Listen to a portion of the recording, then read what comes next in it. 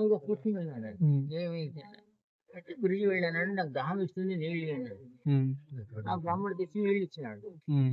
నీళ్ళు ఇచ్చి వాడు కటిక దరిద్రాన్ని చూసి ఏం అంటే ఈ 100 ఈ గ్రామాల్లో ఉండే ఏం చేస్తారు, ఏదైనా పూజ అంటే ఇప్పుడు 5 రోజులు 10 రోజులకు వస్తుంది, నడుచుకుంటూ వెళ్ళి పూజ చేసి వస్తాను, దానికి దక్షిణ కూడా రూపాయి పావుల కంటే ఎవరో నా జీవితం గడవడం కష్టం. హ్మ్. గురికి జాలి వేసింది. అది హిమాలయ పర్వత ప్రాంతం, అక్కడ ఎక్కువగా ఆస్త్మా ఉంటుంది. అవునా? హ్మ్. ఆ, అయితే ఆయన కన్నాడు, నేను ఒక మందు చెప్తాను, హ్మ్. ఆ మందుని తయారు చేయి, హ్మ్.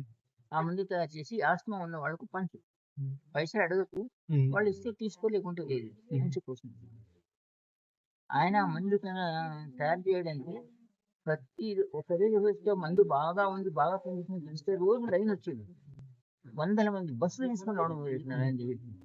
అప్పుడు ఆయన ఏం చేసినాడు, హ్మ్. అలా కాదా నేను రోజు మంది ఇంతే ఒక 100 పుడిగలు తయారు చేస్తాను, ఆ మందు ఇస్తాను, తర్వాత నెల రెండో రోజే రావాలి. అయితే వాళ్ళు టెంట్లు వేసుకొని కూర్చోేది, వందల మంది వచ్చేది.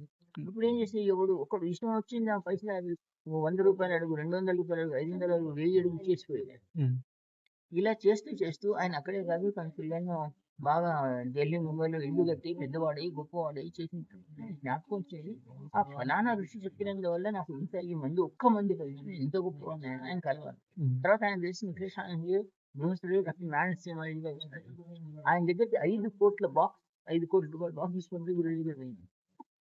పోయి మీరు నాకు ఈ విధంగా మంది ఇచ్చిన దానిపై నేను ఇంత గొప్పవాడిని అయినా, మీరు అప్పుడు చెప్పిన పైసలు నాకు వద్దంటే పైసలు తెచ్చిస్తారు, నేను వద్దంటాను హ్మ్. అని చెప్పి ఆయన ఇచ్చిన దాని మీద హ్మ్. ఆయన అప్పుడు ఇస్తే గిరిజన అన్నాడు, నీకు ఇచ్చిందని నేను మళ్ళీ తీసుకుని నేను ఇంకోటి నేను తీసుకుంటాను.